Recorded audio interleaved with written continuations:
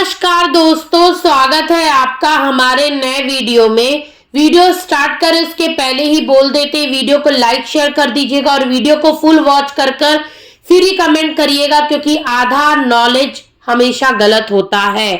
तो दोस्तों, हम बात करने वाले हैं आकांक्षा, अमर और अजय के ऊपर।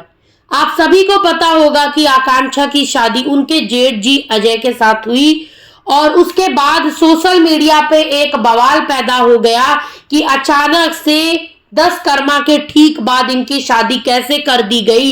ये शादी कैसे हो सकती है? जिसे भाई बनाया था उसी के साथ शादी कैसे हो गई?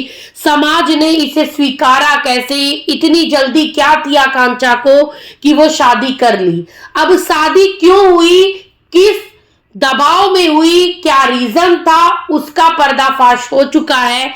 जी हाँ, कुछ वीडियो सामने आ रहे हैं जिनके बाद पता चला कि आखिर आकांक्षा ने ये डिसीजन लिया क्यों, या अजय के ऊपर क्या दबाव बनाया गया होगा, या वो लड़का किन स्थितियों से गुजरा होगा, क्या परिस्थिति रही होगी जो इस शादी को कराया गया है। इस शादी को कराने के पीछे पंचों का डिसीजन था।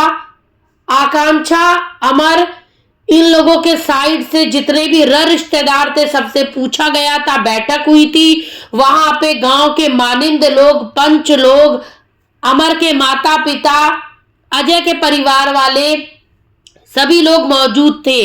आकांक्षा के परिवार में से कोई भी मौजूद नहीं था, क्योंकि आकांक्षा के मायके वाले आकांक्षा से रिश्ता नाता तोड़ चुके थे। यानी कि अगर अब आकांक्षा को कुछ भी होता या कोई भी दिक्कत आती है तो अगर ससुराल वाले उसका हाथ छोड़ देते तो कोई ऐसा नहीं था जो उसका सहारा बनता, कोई ऐसा नहीं था जो उसके आंसू पोंछता। यानी कि वो पूरी तरीके से अमर के जाने के बाद अपने ससुराल पर डिपेंडेंट हो चुकी थी। समाज ने ये डिसीजन लिया कि तुम उसकी विधवा बन के रह सकती हो, लेकिन अगर कल को जेठ जी की पत्नी आती है या परिवार बड़ा होता है, लोग बात विवाद खड़ा करते हैं कि किस तरीके से इनको करा जा रहा है या देखा जाएगा, तो क्या होगा इस परिस्थिति को देखते हुए। और परिवार में जो अजय है उनकी शादी होती, कोई बात विवाद होता, आकांक्षा को 4 बातें सुनने को मिलती और इनको वहां से निकाला जाता या कुछ भी गलत सलत इनके साथ होता, उससे बचाने के लिए ये डिसीजन लिया गया है। क्योंकि एक वीडियो आया है जिसमें आकांक्षा से पूछा जा रहा है कि क्या आप अजय से शादी करने के लिए सहमत है। बारंबार आकांक्षा बस एक ही चीज कह रही है, मैं इस परिवार को छोड़कर नहीं जाऊंगी, मेरा कोई नहीं है, मेरे यही माँ बाप है, मेरा यही परिवार है, मेरा कोई परिवार नहीं है, मैं इस बच्चे को लेकर कहाँ जाऊं, मेरा कोई सहारा नहीं है। इस तरीके की बातें उस वीडियो में सुनाई दे रही है और फपक फपक के आकांक्षा रो भी रही है। तो आप समझ सकते होंगे कि किस तरीके का माहौल वहां पे था जब ये डिसीजन लिया गया है।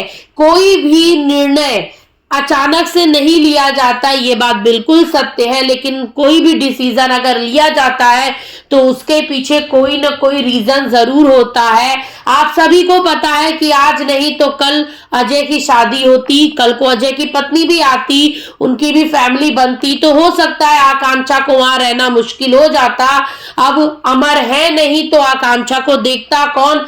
बूढ़े सास ससुर कितने दिन के मेहमान हैं, कितने दिन के मेहमान नहीं है, आप समझ सकते हैं। एक जवान औरत अपने बच्चे के साथ, जो कि 1.5 साल का है, उसके साथ जेठ के घर में रहना कैसा सुनाई देता या कैसा लगता, आप सब समझ सकते थे।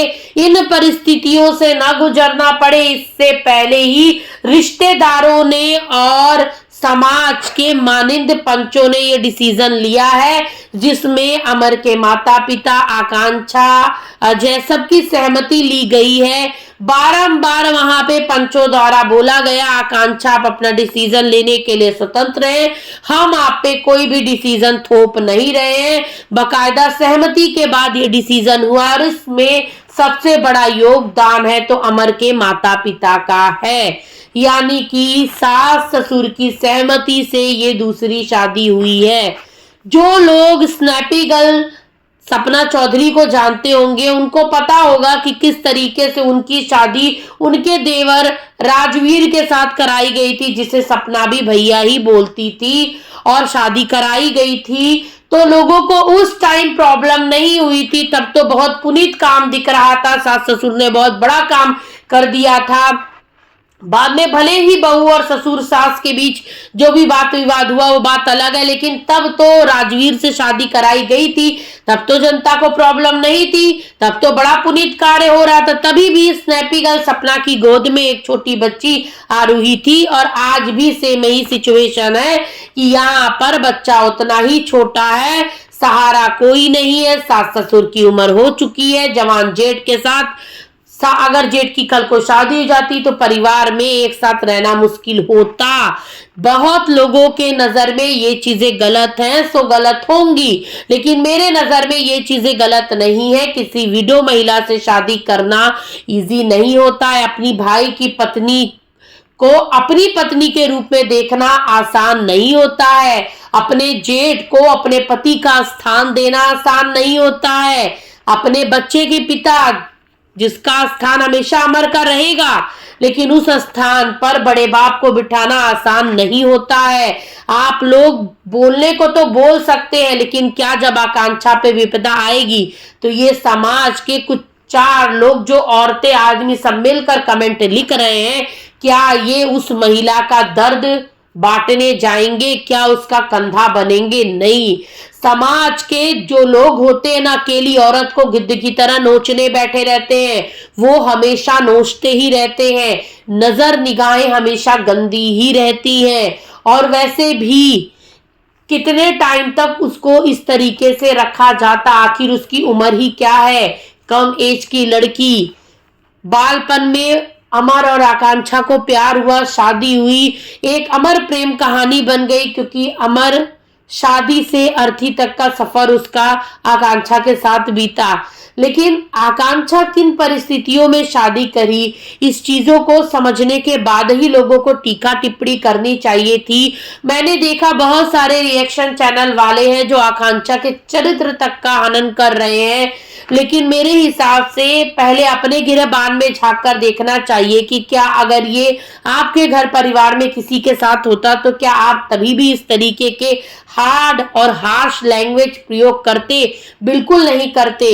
उस वीडियो को देखकर मेरा दिल बहुत ही दुखी हुआ, जिसमें उस लड़की को शादी के लिए अजय से पूछा जा रहा है। उसके पास कोई चारा नहीं था, उसका परिवार यही है, सास ससुर और अजय। कोई भी उसको पूछने करने वाला नहीं है। समाज के जो बड़े बुजुर्गों द्वारा लिया गया ये फैसला मुझे बिल्कुल सही लगता है।